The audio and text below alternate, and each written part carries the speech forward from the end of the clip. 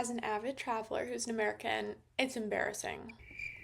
Full stop. To make these international friends who speak all of these languages when you barely learned one and a half during school. I lived in Spain for about a year and got pretty good at Spanish, but that was 2 years ago, sadly. And you know what they say, if you don't use it, you lose it. So I decided to combine my love for learning languages and my love for traveling into one and discovered the existence of language schools. I had no idea that you could plan a whole trip in your dream destination learning the local language while also at the same time making friends and exploring. Upon searching for the perfect school and location, I found Intercultura in Costa Rica. It's a beachside Spanish school, probably for a price that you wouldn't believe. In this video, I'm going to tell you all about my experience, how much it cost, and if I think it was worth it.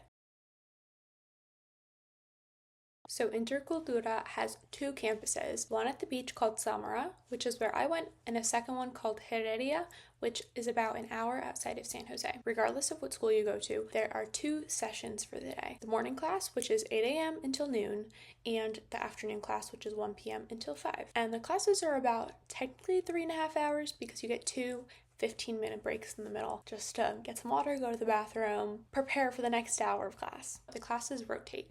So you're either, if you put into the morning class on the first day like I was, that means the second day you're in the afternoon class. Then Wednesday, morning class, Thursday, afternoon class, and it kind of rotates like that. Classes I found were mostly games to help you speak more. They also had some new grammar introduced, but honestly, the majority of the class was based on getting you more comfortable with speaking, which is exactly what I needed. So on the first day of class, the Monday that you first arrive to Samara, you go at 7:30 and get a Spanish test done. The Spanish test is like nothing scary, nothing to freak out about. It's just questions that help them evaluate what level they should put you at.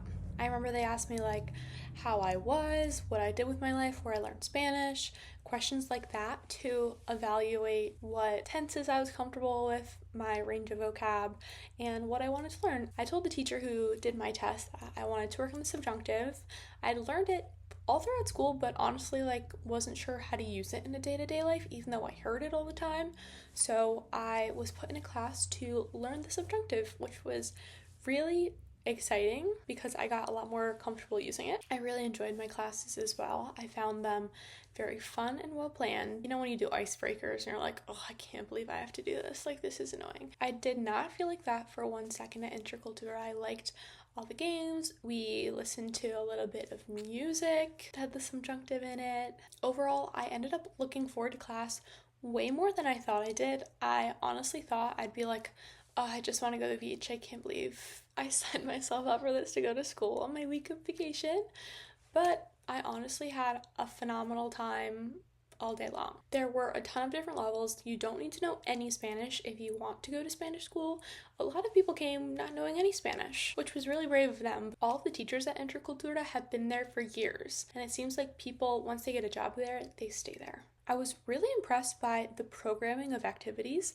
Every day there was at least one activity that was going on, whether it was volleyball, a dance class, a cooking class, where you could go do something that helped you learn more about the Costa Rican culture or take advantage of just the beautiful setting that you are in, and also bond with your fellow classmates as you do so. For the Samara campus where I was, the campus, I kid you not, was right on the beach. You walked out of the gates and there was the beach that you could just go hang out, tan, and surf during the other half of the day when you didn't have class.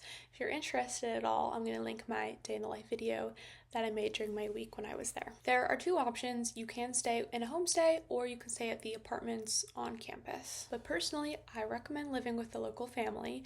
They feed you breakfast and dinner. My host mom personally was a fantastic cook. And also your laundry gets done at least once a week, which is a game changer when you're traveling to come home with clean clothes, especially if you're staying for a few weeks to a few months. It's really nice to have someone do your laundry for you. Living with a host family in Samara costs $245 for the week, or on the Heredia campus, it costs $225. If you choose to stay at an apartment on campus, there are a few different prices depending on the room that you choose. If you want a shared room, it's $32 a night, which is super economical price. For a private room in Samara, it is $64 a night. In Heredia, you get a 1-bedroom apartment for $44 a night, or a 2-bedroom apartment for $54.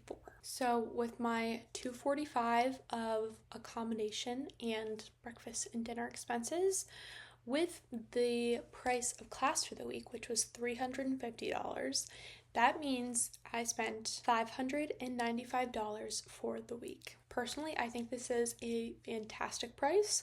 All I had to pay for was lunch, and anything else I wanted on top of that if I went out or wanted to do some souvenir shopping. And also, the longer you stay, the cheaper that your classes are. I think you get a bit of a discount on it.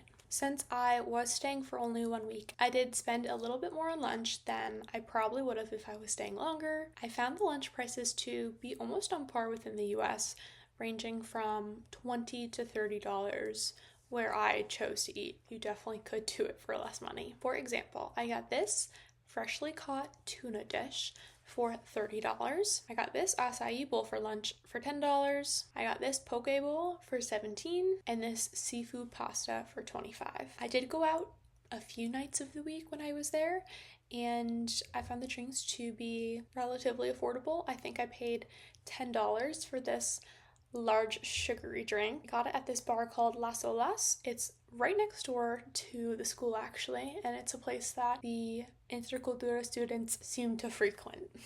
So for me, my total for lunch, drinks, my shopping, I bought like sunscreen and bug spray, for the week in total was $188. Could I have spent less? 100%. I was there for 1 week. Price already felt affordable to me, so I was fine with it. So that brings my total for 1 week at Samara with Intercultura to $783. Personally, I'm super happy with this number, and I 100% would spend it again, and I plan to. I hope to return to Central America and to Intercultura at Samara in 2027, hopefully. I thoroughly enjoyed my time there. I really liked the classes. Normally for me, when I go to Spanish class, I would always feel so nervous and anxious that I was going to get called on and say the wrong thing.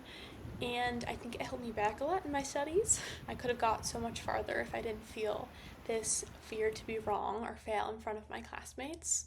And I did not feel that pressure at all at Intercultura. Also with the programming, I met tons of friends. By my first day, I had multiple people that I was hanging out with after class or in the middle of classes. Honestly, I was so busy with class, all the programming, hanging out with my friends, that I honestly did not relax that much.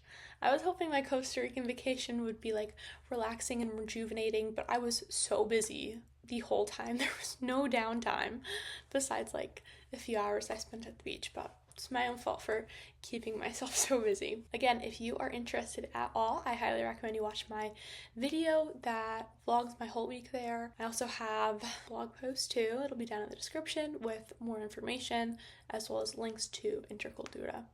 I'm not sponsored, I just had a really great time there, and I think if you're watching this, made it this far, you would as well. I hope and plan to go back to Intercultura in Samara in 2027, and I hope to see you there.